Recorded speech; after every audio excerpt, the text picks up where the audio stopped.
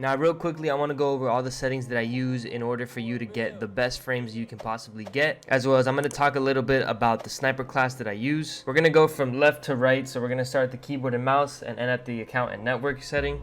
I'm just going to go over really the sensitivities and the little settings that you got here. I don't think I'm going to go on to all of these like the keybinds. The mouse settings, 7.5. I also got the 400 DPI sense of an aimer. Now the ADS sensitivity does not change. This stays at 1. The custom sensitivity off. Now the sensitivity transition timing, I have that at gradual. You can put it on constant and you may not notice such a difference, but I like gradual a lot better. All of this, I don't even know what this is. This is all just standard. The ADS mouse sensitivity mode is relative. This is at 1, 80, 0, 0, and off. I haven't really touched these settings at all actually, or these settings. But yeah, those are the mouse settings. Let's move on to the gameplay. My crouch is toggle, slide is tap, prone behavior is toggle. Now one thing that has helped me actually start liking this game is using the automatic sprint, right? And enabling it for tag sprint. Most people have it on automatic sprint, and immediately when you already start hitting W, you're starting to sprint, and then you'd still have to hit shift in order to hit the second sprint, which is tactical sprint. If you set the automatic sprint to tactical sprint, you're always going to be sprinting at the max speed as soon as you come out of your run, or as soon as you start running. I just find it a lot easier than having to hit shift twice or having to hit shift once when you have the automatic sprint on. Sprinting door bash, that's on. The walk behavior, I have it on hold. I don't even use walk. Aimed outside behaviors, hold. The weapon mount activation, toggle mount the equipment behavior, hold. All this, I've never even touched any of these. These are all on default. Now moving on to the graphics settings. So real quick, we'll start with display and then move on to gameplay. So we're gonna start with the display mode being full screen. Some people play it on full screen borderless. I don't really see the point in that. You're gonna get the best frames on full screen if you have it on borderless full screen, right? Yeah, you can go from your left monitor to your right monitor, or from your right to your left. People have it on for their multiple monitors, but I just don't get the point in that because your frames are gonna drop. So just put your thing on full screen, okay? And then when you want to alt tab, you can just do that and go to your other monitor. The display resolution, you want to match it with whatever your monitor that you're playing on is, as well as the refresh rate. Mine is 144, so they have it here at 144.01. But these settings are completely going to be different from mine. You'll just put it to whatever your monitor is set at. VSync for gameplay is off. VSync for the menu is off. Frame rate limit is set to custom, in where I have all the limits all the way up. You should definitely do this.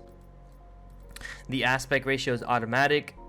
Brightness is at, I think, like at 50. Yeah, 50. Actually, I think I might turn that up to like 60. The display gamma is at 2.2. Don't really know what that is. Focus mode off. Display adapter, you'll put here your graphics card. Now let's move on to the quality. Now, depending on what PC you're on, it may be different. It may be better than my settings, or they may be worse than my settings. It doesn't really matter. Whatever PC you're going to be on, it's going to be different from mine. So you want to be running everything here on low. So depending on what PC you're currently playing on when you're playing Vanguard, you're going to want to use the best settings for your PC. The best settings that I've used and have given me the most frames, and I can see that it's given a lot of other people frames, is putting your texture resolution on medium. I put mine on medium. You can put yours on high, or you can turn this all the way down. It really doesn't matter. I don't know if you guys remember in the beta, you can put any texture resolution and it never really made a difference.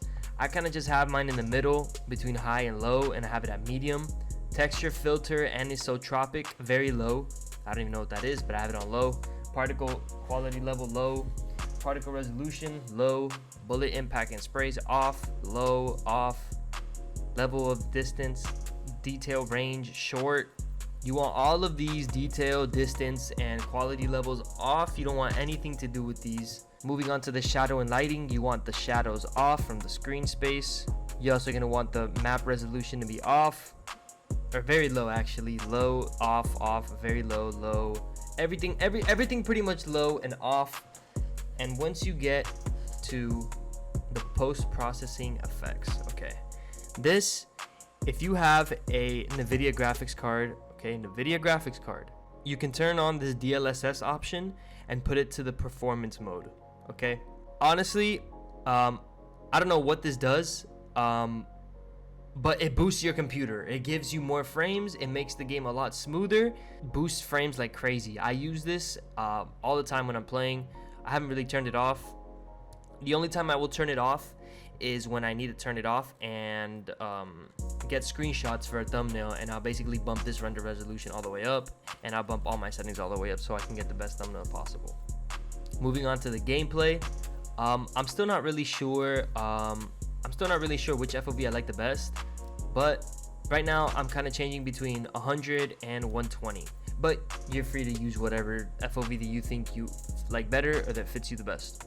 And it's kind of weird because on a game like this, it feels like almost 95 FOV is a little too close for me to really play, but we'll see how it goes. I'll make an updated video about it and I'll talk about it later. Camera movement, you want the least camera movement as possible. You want off on motion blur, off motion blur, and you want to turn off your low latency mode. Moving on to audio, you have your master volume. I have mine at 55 because this game is a little bit loud. The music volume, you want that off. Dialogue volume, that doesn't really matter. Sound effects is pretty much just driven by the master volume, so you don't really want to turn these down. Hey marker sound effects, you can do whatever you want. I'm actually going to try on classic because I haven't tried it yet. Game sound device, you'll put this to whatever you have your audio going through. Voice chat on or off. Voice chat device, you want whatever you hear your output from in this slot, and then you want your microphone device here.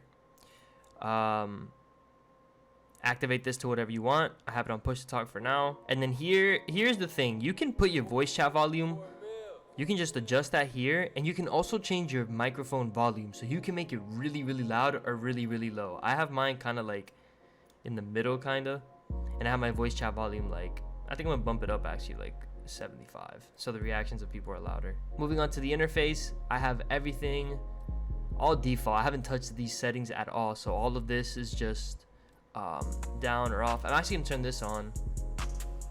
I'm actually gonna turn that on, and I'm gonna also turn on my system clock. This is all according to preference. Minimap shape, I'm actually gonna make a square. Also take off this crosshair bobbing. You want to take this off so like that it doesn't mess up your aim. Well, honestly, you can really use whatever you think is more comfortable, but I don't like when my crosshair shakes all over the place when I'm trying to aim at someone really far away. It just throws me off. So I take it off and I try to have it as still as possible. All of this is just default settings, off, on, and on. Last but not least, the account network. So this is where you have your Activision account stuff, so you can go change your name through here. You can take off your crossplay. All of this I have hidden on and on, but this tab you don't really got to worry about. Alright guys, so real quickly, I want to get into actually playing the game because as you can see, I have a couple levels before I unlock the Car 98, and I want to get a video out for you guys with that gun. But yeah, so real quick, I'm going to talk about something. I'm going to talk about the snipers. The 3-line rifle kind of gets me ready for the Car 98. It kind of like zooms in almost the same in a way.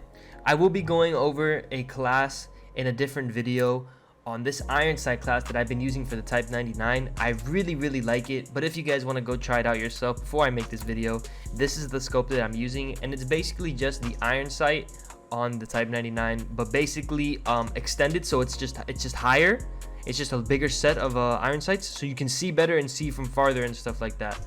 I still have a lot of levels to unlock for this gun, so I will be getting on that and seeing what else I can put on this gun that'll make it better. Like one thing that can make it better would be this grip. I need this fabric grip would be really good. That would be really good. Oh, this is already also a good stock. I actually need this. I actually do need that. That Sakura stock is really good. These are my perks: Ninja, Radar, and Double Time. And these are the lethals. But I'm not gonna talk about too much else about it. I'll record another video for you guys on the classes that I've been using. And yeah, I'll talk to you guys in the next one. Peace.